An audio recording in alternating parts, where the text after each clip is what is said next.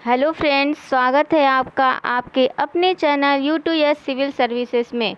Friend, ये mapping से related current affair की क्लास है और ये जो क्लास होती है ये पिछले हफ्ते जो मैपिंग से रिलेटेड जो करंट अफेयर होते हैं या फिर जो लोकेशन न्यूज़ में होते हैं उसको इस क्लास में कवर कराया जाता है। तो ये क्लास देखिए आप लोग, अगर अच्छा लगे तो प्लीज़ एक बार कमेंट ज़रूर करिएगा।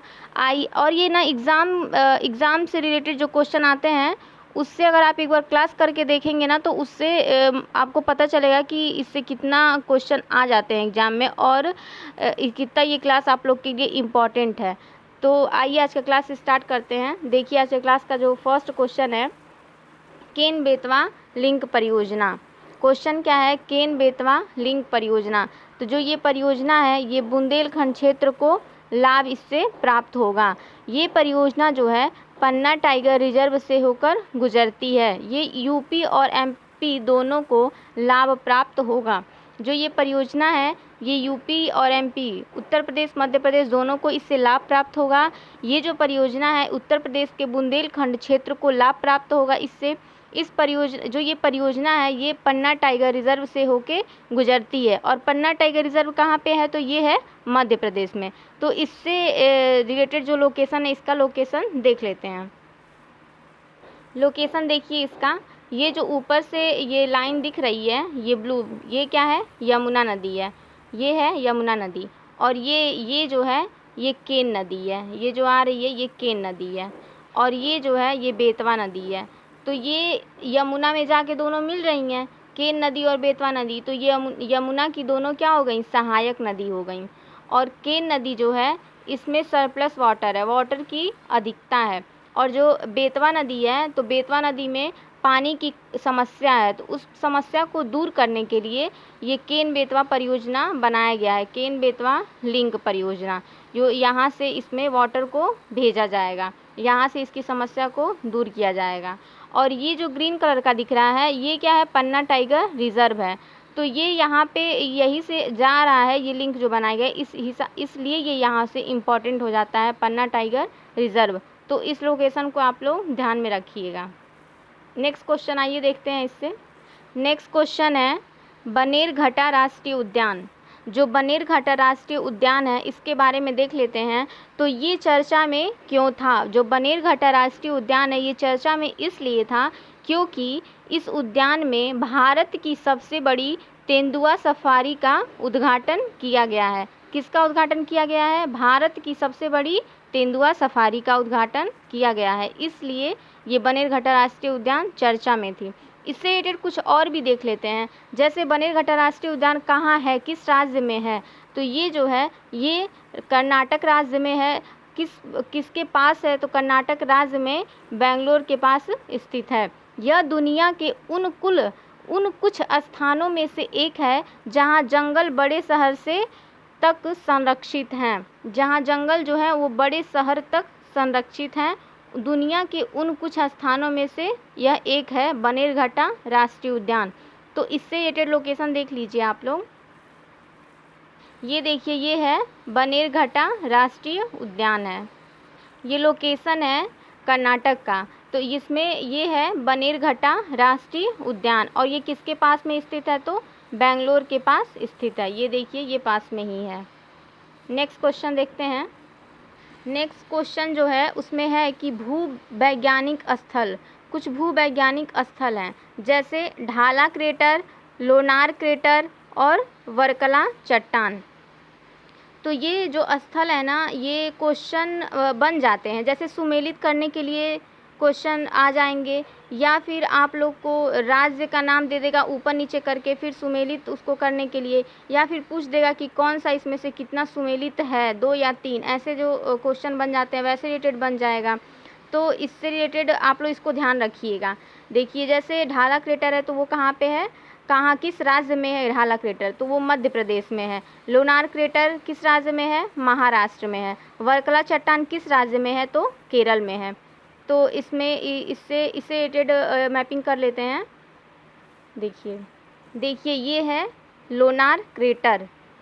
लोनार क्रेटर जो कहाँ पे है? महाराष्ट्र में है। तो ये लोकेशन है महाराष्ट्र का, ये है लोनार क्रेटर। फिर क्या है? ढाला क्रेटर, ये है ढाला क्रेटर। ढाला क्रेटर कहाँ पे है? मध्य प्रदेश में, ये है मध्य प्रदेश। फिर क्या था? वर्कला चट्टान। वर्कला चट्टान कहाँ पे है? केरला में है। तो ये लोकेशन है केरला का, और ये है वर्कला चट्टान। जो वर्कला चट्टान है इसको क्लिफ भी बोलते हैं। क्लिफ इसलिए बोलते हैं, ऐसा पहाड़ जिनका एक हिस्सा काफ़ी ढलान या स्लोप होता है उसको क्लिफ बोला जाता है। वो ऐसा लगता है देखने में जैसे वो सीधी खड़ी है, इसलिए उसे क्या बोलते हैं? क्लिफ बोलते हैं। जैसे ये देखिए, ये जो है ये ऐसे दिख रही है ना, खड़ी सी सीधी, तो इसलिए इसको क्लिफ भी बोलते हैं। वर्कला चट्टान है, ये कहाँ है? केरल में है। नेक्स्ट क्वेश्चन देखते हैं। नेक्स्ट क्वेश्चन है ग्रेट इंडियन बस्टर्ड से संबंध में, किस संबंध में है? ग्रेट इंडियन बस्टर्ड के संबंध में है। तो जो ग्रेट इंडियन बस्टर्ड है ये राजस्थान का राज्य पक्षी है। जो ग्रेट इंडियन बस्टर्ड है वो राजस्थान का क्या है? राज्य पक्षी है। ग्रेट इंडियन बस्टर्ड भारत का सबसे गंभीर रूप से लुप्तप्राय पक्षी माना जाता है। गंभीर रूप से लुप्तप्राय पक्षी माना जाता है। इसकी आबादी ज़्यादातर राजस्थान गुजरात तक ही सीमित है। इसकी जो ज़्यादा आबादी है वो कहाँ पे है? किस राज्य में है? तो राजस्थान और गुजरात में है। और कुछ ऐसे राज्य भी हैं जहाँ इसकी आबादी कम है, जैसे महाराष्ट्र में, कर्नाटक में, आंध्र प्रदेश, तेलंगाना और मध्य प्रदेश के कुछ हिस्से में भी ये पाए जाते हैं। Great Indian bustard. जो ग्रेट इंडियन बस्टर्ड है वो चर्चा में इसलिए है क्योंकि वो विलुप्त हो रहा है, इसलिए वो चर्चा में। और विलुप्त होने का इसका कारण भी है। ये इससे विलुप्त हो रहा है कि जिस जगह पे ये रहते हैं वहाँ पे मनुष्य द्वारा क्लेम कर दिया गया, या फिर जो ये फूड खा रहे हैं उसमें डाइक्लोफेनिक नाम का एक दवा होता है, उस दवा की वजह से इनकी मृत्यु हो जाती है। और तीसरा कारण ये है कि ये ज़्यादा दूर तक देख नहीं पाते हैं, और जब ये उड़ते हैं तो पावर लाइंस जो होती हैं उनसे टकराते हैं और इनकी मृत्यु हो जाती है। तो इसलिए इनकी जो जनसंख्या वो विलुप्त हो रही हैं। इनको IUCN की जो श्रेणी है उसमें इनको क्रिटिकली इंडेंजर्ड की श्रेणी में रखा गया है। जो ग्रेट इंडियन बस्टर्ड है इनका जो वज़न है वो 18 kg तक का है, और जो इनकी हाइट है वो 3.25 फीट की इनकी हाइट है। इसको भी देख लीजिए आप लोग। ये है great Indian bustard. Next question देखते हैं। नेक्स्ट है अमरनाथ तीर्थ स्थल है। अमरनाथ तीर्थ स्थल जो है वो लिद्दर घाटी के सुदूर छोर पर एक संकरी घाटी में स्थित है। सीमा सड़क संगठन का प्रोजेक्ट बीकन अमरनाथ गुफा मंदिर तक जाने वाली सड़क को बहाल करने और सुधारने पर काम कर रहा है।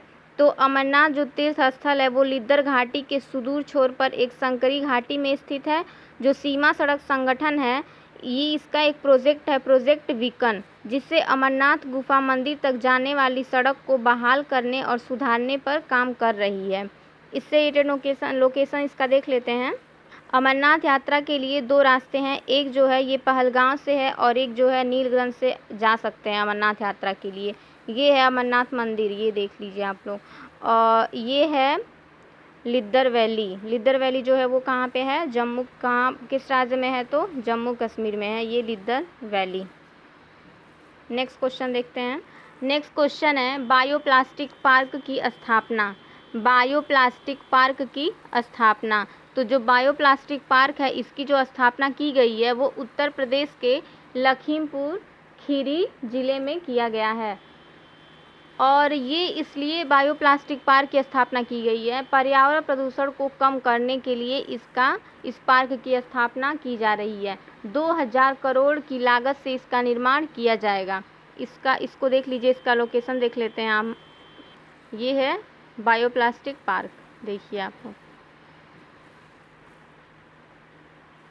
इस प्रोजेक्ट की स्थापना लखीमपुर खीरी में की जा रही है, इसलिए लखीमपुर खीरी से रिलेटेड मैपिंग कर लेते हैं।